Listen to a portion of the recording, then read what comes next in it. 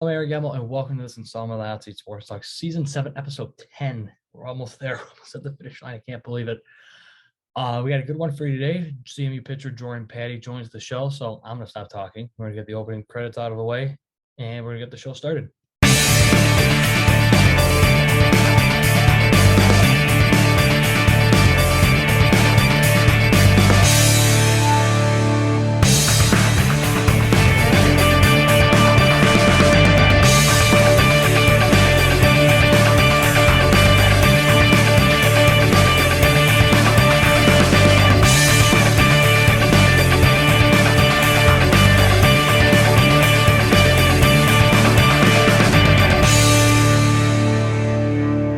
Welcome to the show. You're the fifth pitcher to ever appear on this show. You're the second from CMU.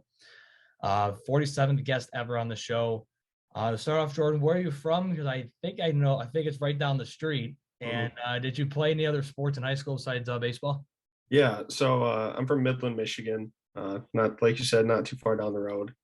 And yeah, I played basketball all 4 years of high school. Yeah, Midland Chemics.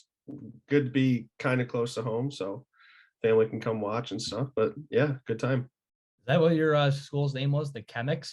Yeah, yeah. So there's a chemical corporation that's big in Midland. So okay, like Dow and all that kind of stuff. Okay, cool. I've never heard that name for a high school before. Chemics. Pretty interesting stuff. So. So in high school, you were ranked at one point the 11th best prospect in the entire state of Michigan coming out of high school. Did that add pressure to you and for your ultimate decision where to continue your baseball career and your academic career as well? No, it didn't really play a factor into a lot. Central was actually my first Division I offer, so it was kind of close. So it's always had like a warm spot in my heart for Mount Pleasant, and then just being able to come over here and play guys from Mount Pleasant and the areas around here, like Logan Butch. I've known him and played against him since we were 10 years old, in all sports, baseball, basketball, whatever you can name. And he was coming here too. So, and him and we've been friends for a while now, but in high school we knew of each other and we played with each other in the summer for a year. So just knowing that he was coming here too, and he could be my roommate, and we could start our journey at Central together was pretty cool. So Central always had a good place in my heart. Good. Cool. That's very cool to hear. So what other schools reached out to besides Central? Yeah, so it was a lot of the MAC schools, Western, Eastern, and then Michigan State. So, okay. Yeah. Okay. Well, good. Well, it's good thing you didn't choose the other two MAC schools, the two other Michigan MAC schools. But Michigan State, that's interesting that they reached out. I know they got a good program over there. Mm-hmm. Besides it being 30 minutes away, and you and your friends started your careers at Central. Was there any other factors that made you choose Central? Yeah, just to have family close, because all my family's from mid Michigan, and then having them here at games instead of going to, like, say Eastern, that'd be 2 hours away, right? And they'd have to drive down there. But a 30-minute drive is doable. I could go home, see them, because my brother was in high school at the time, but now he's a freshman at Michigan State. So, okay, yeah, just being able to stay close to them and have them come out and visit and all that good stuff. Is he a player for Michigan State as well? No. He's just a freshman there. Just a freshman. Well, he's got a good football year. Remember, I know that for a fact. Yeah. So I know they're having a good year. So what was your first impression of CMU's campus when you first took your first tour? It wasn't like some of the other schools. It wasn't overwhelming. It was relatively all close together, but it was also incorporated into a city. Like obviously at Michigan State, there's East Lansing, but there's more to do around East Lansing, and it's a big campus, big facilities, all that stuff. But Central really felt like I could get to know a lot of people and not have to go many places. It felt really centralized. No pun intended, centralized. I like that. um, so your freshman season, team went 29-30-1. You started in 29 games as a left fielder. Now, tell me, were you recruited as a left fielder, a pitcher? Were you both, or you just like a hybrid player? So I was a shortstop, and I played short and third my freshman year. But yes, I was recruited to do both, play short and pitch. Okay. And then what happened was, from the stats, you can see I wasn't a great hitter. But Well, I mean, you know, some days, some days you can have your good, some days are good, some days are not. It happens to the pros too. right. But yeah, so yes, I was recruited to do both. But after that season, I really wanted to start focus on pitching because that's Okay. where I knew I could excel at. And I had a good sense of athleticism to do both, but to take the athleticism on the mound, that could really be an impact. It was almost two completely different things. Just focusing your mind on pitching versus playing in the field and playing short, because playing short's probably one of the most athletic spots out of the nine in on the field. So it's probably it was totally a different probably a different transition, right? From going from short to pitching, right? Yeah, definitely. Because when you're working on defense as a shortstop, hitting just all the stuff, like all the plays, like first, third plays, bunt defenses, all that stuff, and then transitioning over to pitching where it's very individualized.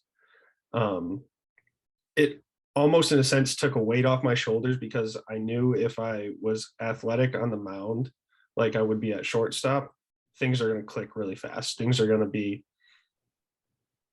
really on time, so to speak, when in my delivery and my process and all that stuff. It's just really it really helped being a shortstop because it made the transition to pitching a lot easier.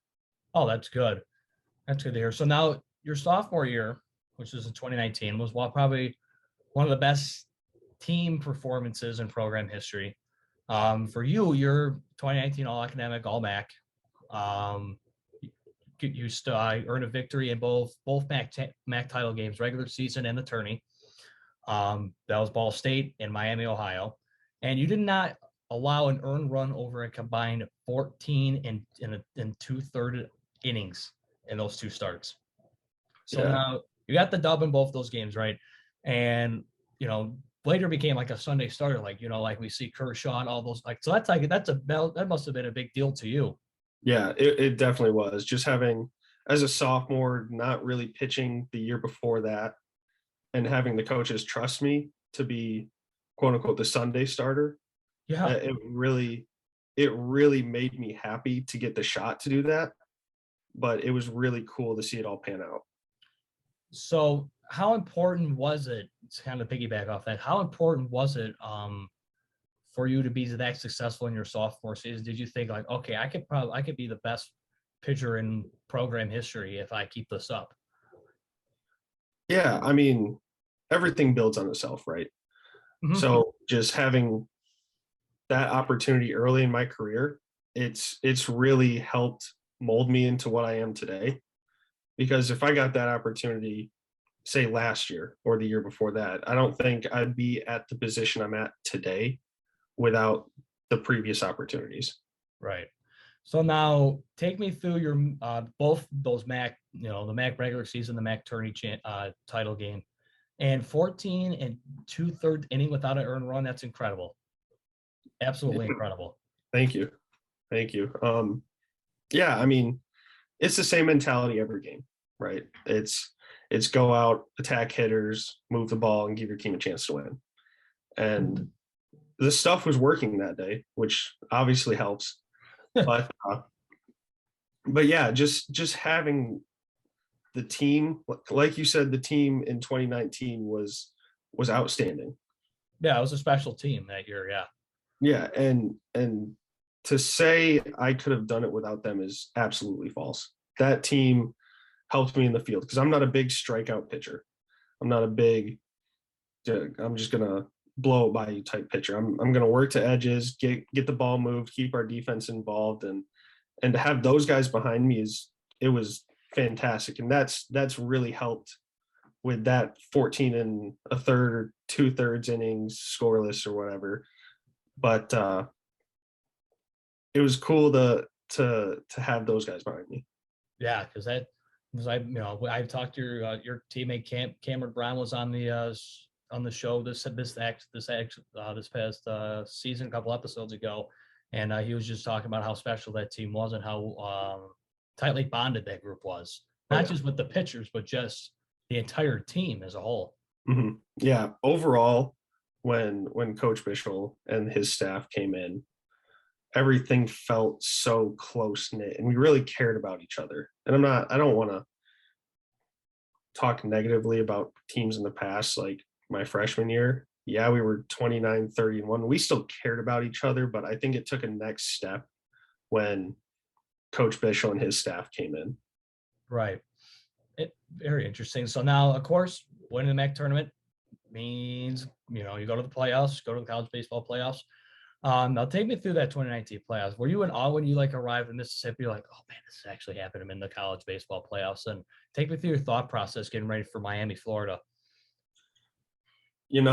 After watching the first two games and seeing how loud that place can get, it was crazy. And my thought process going into Miami was stay as calm as you can without overthinking everything, but it didn't work out the way we wanted it to.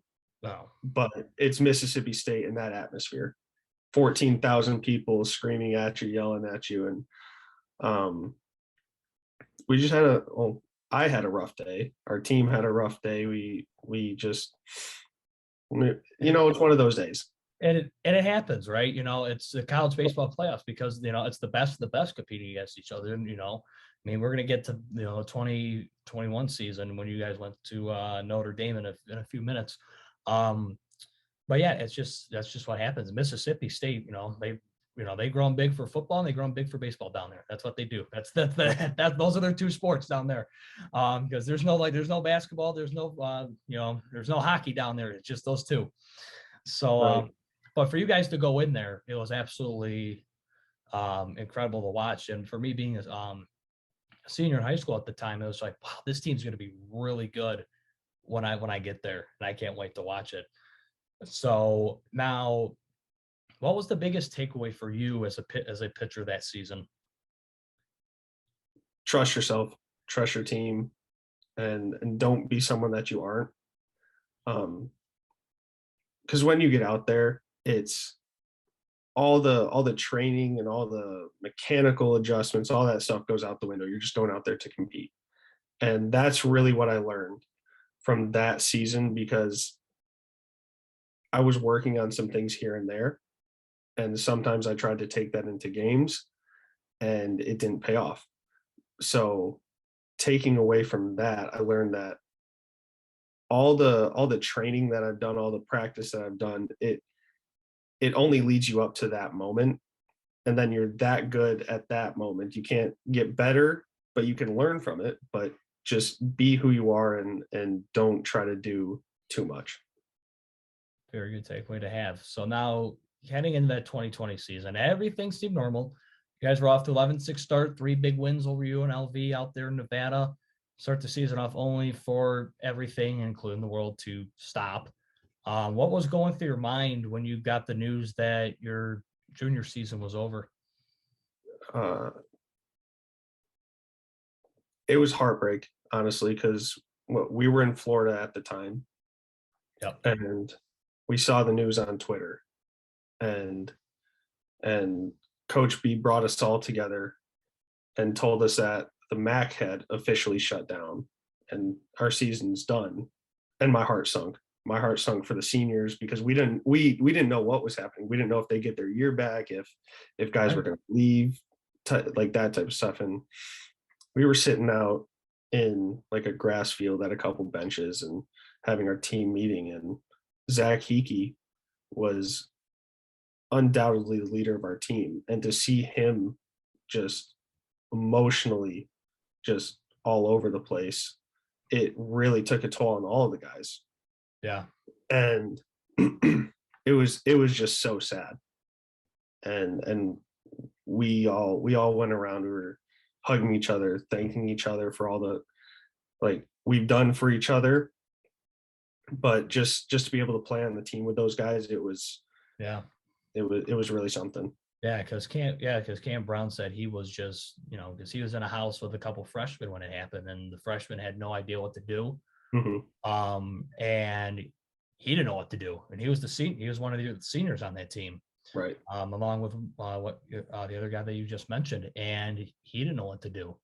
And he was just overcome with emotion, just like how you were, and just the rest of the team was, and just how probably every program across the country was at that time, no matter what class that they were. It was just awful. But now those guys did coming back for another season. We'll get that just a second.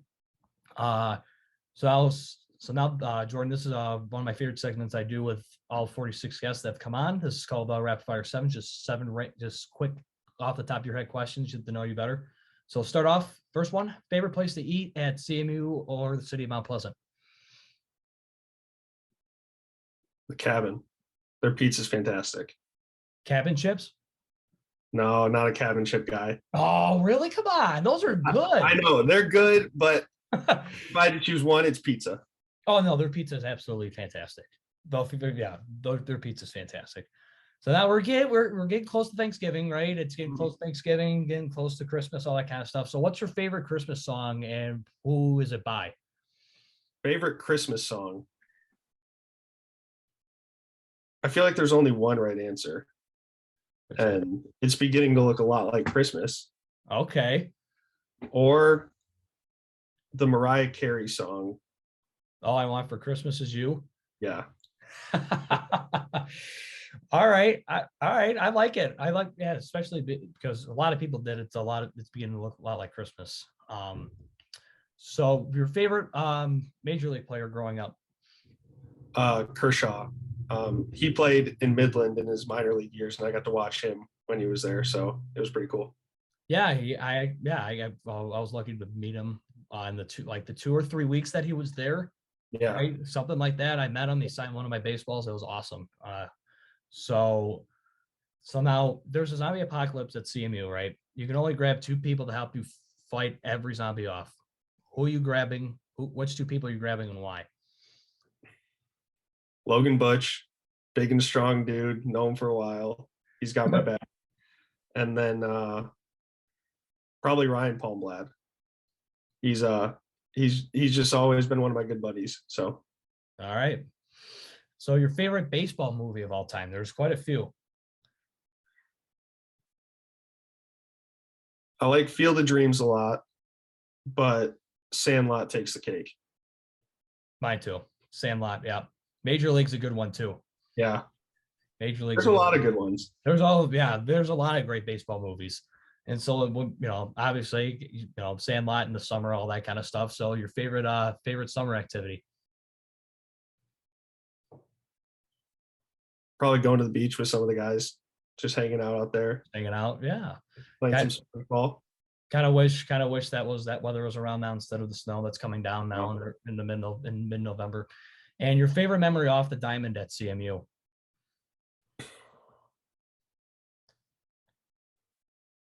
Man, there's a lot. I'm gonna go back to my freshman year with Logan, Xavier Warren, and Josh Williams, and just hanging out in the dorms, just meeting a lot of people, doing all that type of stuff, and doing dorm type stuff, as Yeah. freshmen, right? Yeah.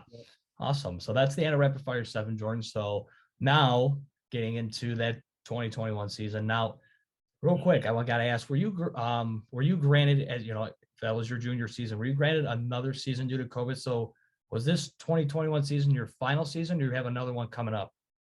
So 2021 was technically supposed to be my senior year. So this fifth year that I'm taking is technically The COVID one. the COVID year. So this season coming up in 2022 is going to be your last one with the Chips. Okay. Yep. Awesome. So this past one in 2021 was a great one.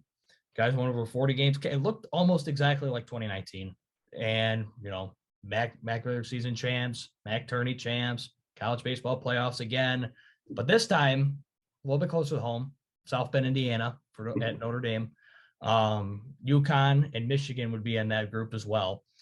Your first matchup against number 1 Notre Dame, 10-0 loss, but you guys pick up the pace quick. You guys would play Michigan in an elimination game. Now, what was the mindset, not only for you, but the entire team facing elimination, but playing a state full like Michigan, a Big Ten school? It wasn't any different than the Notre Dame game. We go in there and we're not thinking about our opponent. We're not thinking about, oh, we have to win this game. Like, obviously you want to go in and win every day, but some days just turn out, how they turn out. And getting a chance at Michigan, it all pumped us up because we didn't play them in the regular season. We didn't play them the year before that.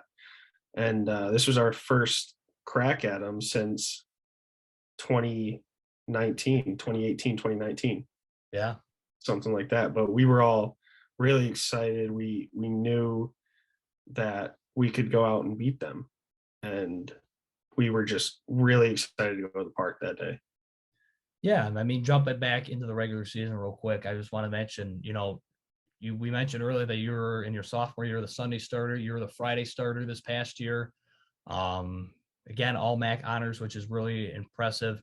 And probably the most thing that it stands out to me and probably CMU baseball fans everywhere. First perfect game in the 115 years of CMU baseball. Now I'm just going to open up that floor, take me through that, that entire game. And what went after that, it probably a blur now, right? Yeah. I mean, obviously it's a day I'm going to remember for a while.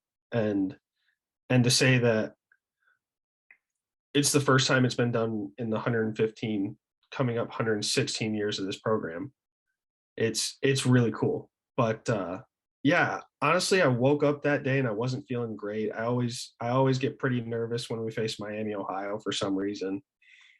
And wasn't feeling great. The pregame bullpen was okay, but then as soon as I got on the mound for pitch 1, it felt like everything was clicking. Everything was good. Fastball location, slider, changeup, cutter, all that stuff was really, really working that day. And it just played out really well. And Aiden Shepardson saved the game with a diving play at third. So I owe him a little bit because he's one of my really good friends on the team. So we've been getting each other's back for a little bit now. Kind of owe him a little bit, right? Just say like, I saved your perfect game, because that was the first one since 2003, or second or 22nd no hitter since 2003, first by a MAC pitcher since '97. So the first one in this, this decade, this millennium, and that's kind of sense. So that's really got to wrap your mind around, just like, wow, I'm the first one to do that. That's incredible. And you toss seven and 2/3. You like tossing 7, 2/3. When it comes to that kind of stuff. In a 1-run game over in the 2020 NCAA regional in South Bend. Your MAC pitcher of the week. And I could read on for probably another half hour about all the stuff that you did in the 2021 season. But you guys would get, you beat Michigan. You go on to play UConn. You beat them as well to stay alive. Then it comes down. Then it comes all the way back to Notre Dame to get ready to, that game determines, all right, who's going to move on to the next round, next regional. Now, before I get to Notre Dame, I have to ask. I asked Cam this too, but I want to ask it a little bit different here. Now, I want to ask, who came up with the ideas of bringing the piñata and the football helmet with you guys to South Bend that year in the dugout? Because I told Cam, it was the funniest thing to watch. other than you guys, smoking Michigan and UConn, that was, seeing that was also part of the fun. Yeah. So the pinata, we actually had it almost all year. Coach Winsky, our volunteer coach, he brought it one day and he brought it on the bus. We were going on an away trip somewhere, and he's like, "Yeah, we got a pinata for you guys to smash after the game if you win." And then we had 2 or 3, smashed 1 or 2, and then kept that one, and it turned out being our mascot for the year.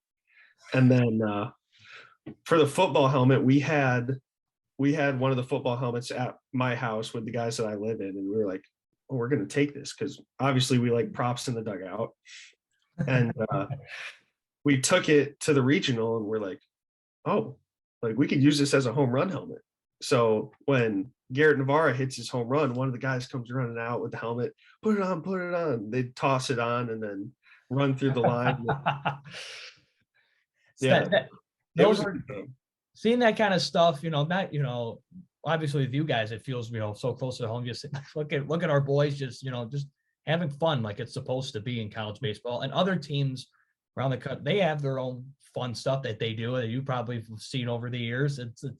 That's just probably one of the biggest joys to see, just that all the weird, goofy type of stuff that teams come up with. That's besides watching the game, that's probably one of the most interesting things to watch.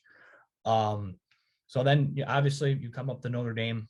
It wasn't the result that everyone wanted, but now taking everything that you learned from and taking everything that you experienced from the 2021 year, everything getting back to normal.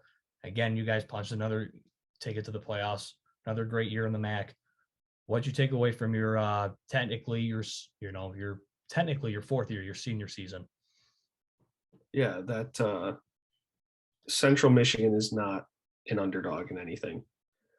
Central Michigan can play with anyone, and we're not afraid of anyone. We just know that if we work hard and if we enjoy every day with each other, that it's going to pay off in the end. Whether it's making a regional, but again, like you said, we've made back-to-back regionals. At what point do we make that next step? And I think just trusting ourselves and having fun every day with each other and having that excitement to go to the park, it'll pay off sooner or later. Yeah, because it's just always, when is that next step? What's the next step? What's going to get us over that hump? And it looks like there's a lot of good guys coming in for this class and, the recruiting class, and for, it looks like this team is going to look like it's going to do the same thing that it did last year. Yeah, hopefully. So I got to ask, heading into the 2022 season, when are we going to know who we're playing, who we're going to be, who's opening day against? Do you have any idea of that yet, or? No, I'm not too sure. I know schedule should come out here in the next month and a half-ish. Okay. But, okay. Hopefully somewhere warm. Right. And I probably just answered the question already. Can we expect the same thing we saw last year from the that we saw from the Chips team last year? Can we expect the same thing in 2022? It's a good question, and I think we can do it. I'm not going to promise anything because obviously it takes a lot of learning and a lot of growth from now until February, and even from February until middle of the season. We're still learning. We're still learning how to play. We're still learning how to attack, learning how to trust ourselves, and that's something that we had to learn last year too, because we didn't know if we were going to repeat. I mean, we all wanted to win games, but we never really talked about that. We just wanted to get better every day.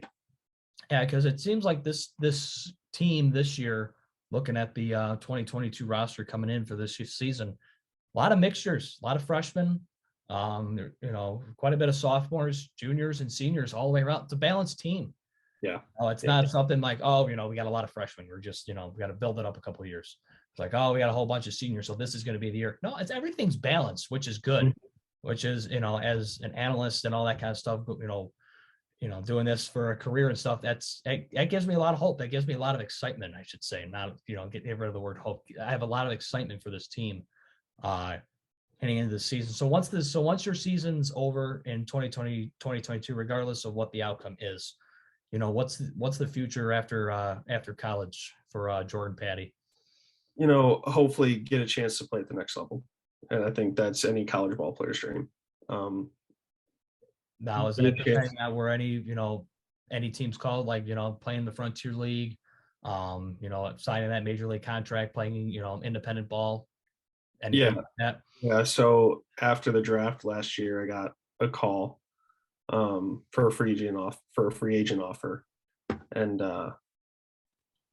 didn't take it, obviously, because I'm back with Central. But I'm excited with where we're at. I'm excited with how this season and this fall has gone in terms of development for the whole team and personally. Absolutely. And I think that this was needed to come back and just compete again and show what I've got to take that next step. So can I ask who that team was that gave you that call? Yeah, it was the Dodgers. No kidding. Was it the Loons that called? No, it was one of the area scouts. Oh, one of the area scouts. Okay. All right, but so I really respect your decision to come back. It does, a lot of guys, and not just baseball, but in the college athletic world, they get that call. See ya. Yeah. But for you, I give you all the credit in the world for coming back, and like we said earlier, take what's that next step going to be. Maybe this year is going to be the year. Yes, sir. I feel it. I could feel it because football right now, they're doing something special. Football's brewing up something special. I have a feeling, last 2 games of the season, that's brewing up special. Men's and women's basketball, it's got some time. It's got some time to mellow itself out. But I think both teams are going to have a good year. And the softball and baseball teams are going to have, softball had a little bit of a slump last year, but I think they're going to come back up. You guys are riding high off of 2021 and 2019. Mm-hmm. Sky's the limit here at Central. Really, no one can beat us. People. We're not underdogs. Yeah, without a doubt, and that's just the mentality of everyone around here. So for baseball, give us Vandy. We want Vanderbilt. Let's go. We want Vandy. We want Vandy. Yes, I love that attitude. We want Vandy. Let's go. We want Texas. We want Vandy. Bring it. But yeah, Jordan, that's all I have for you. Thank you so much for coming on. Thank you for having me. Hope you had a good time, and follow you can follow Jordan on his Instagram and keep on tabs for his season coming up in about a couple of months, about 2 or 3 months, right? February is when the start, something around there, heading down somewhere, like you said, hopefully somewhere warm.